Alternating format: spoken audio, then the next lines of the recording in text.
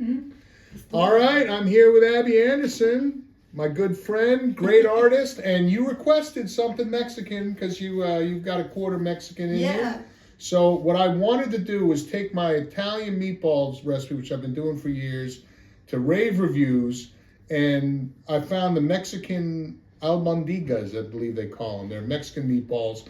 I found some recipes, and then I kind of made my own, comparing those with the way I did mine. So I served it. There's some mint on top of it.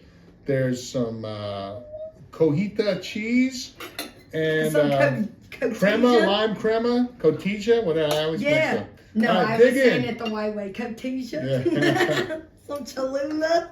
I did think that was funny. I walked in and I was like, dang, it smells so good. And you're in here making meatballs, and I was like, you would find a way to make me Italian food. That's fire. How's that? That is good? So good. That's good, huh? So good. Love coming home to a man with a hot meal from me, ready to go. That's how I roll, ladies. To this. Get home on a Friday afternoon, you're in the kitchen with an apron on, the meatballs are hot and steaming. That's right. I just gotta sit down. You wanna grab me a beer too? And some So do you cook at home at all, or does Tyler cook? Tyler's an amazing cook. What does he make? Like, okay, so all jokes aside, like, if you finish writing and you come home and comes to the door with an apron. Steaks. Oh, really? He's like Mr. Ribeye Master. Oh my gosh, he makes the best. I say he's got the best meat in town. You heard that right here. I love it. No, he's an amazing cook. And then when I cook for him, like I'm not a cook like you, where you could probably just like put together everything anytime. Like I need like time. If I know I have time, and I'm not stressed, I'm not in a hurry, then I love to cook. But no, like for Valentine's Day, I made him like some really good I found it on TikTok. It's like Marry Me Chicken Pasta. Or whatever. Have you seen? Bella knows what I'm talking about. I've heard of that Marry Me. It was so good, dude. It was so good. So you made it yourself, and it was good. I made it myself. Yeah, that's awesome. And then I'll make him. I've made him like the stuff I grew up with. My mom would just make rice and beans all the time, but she'd make us like green enchiladas, homemade taquitos, tostadas, so I can make him that. Oh, you can make all that stuff. You grew up with that stuff because you grew up outside of Dallas, isn't it? Or in Dallas? It was like, it's a suburb. It was like a city suburb in Dallas.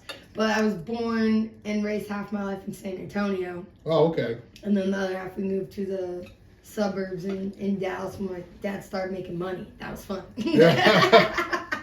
And you got, so, again, you got some Mexican in your family, but by being in Texas, I was just everywhere. You had great Tex-Mex and Mexican food your whole life. Yeah.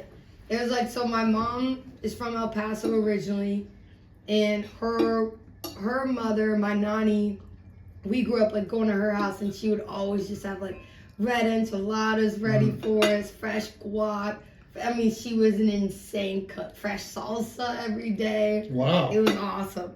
That was Yolanda. So she's the one. Is she the one in that song? She's the one. Yeah. So she's the first verse of Heart on Fire Mexico. Yeah.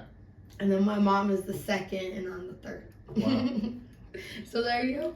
So what's going on with you these days with music? I saw like last summer you were opening for Stevie Nicks, right? I was on the road with Stevie Nicks, and then we just got the Tim McGraw tour for this year. Are you serious? What about last year? How did that come about with Stevie Nicks, and what was that like? That was literally like a friend of a friend. Mm-hmm. So one of my really good friends, Madison, she lived across the hall from me, and we met, hit it off, and she was like, hey, you're gonna like this actually.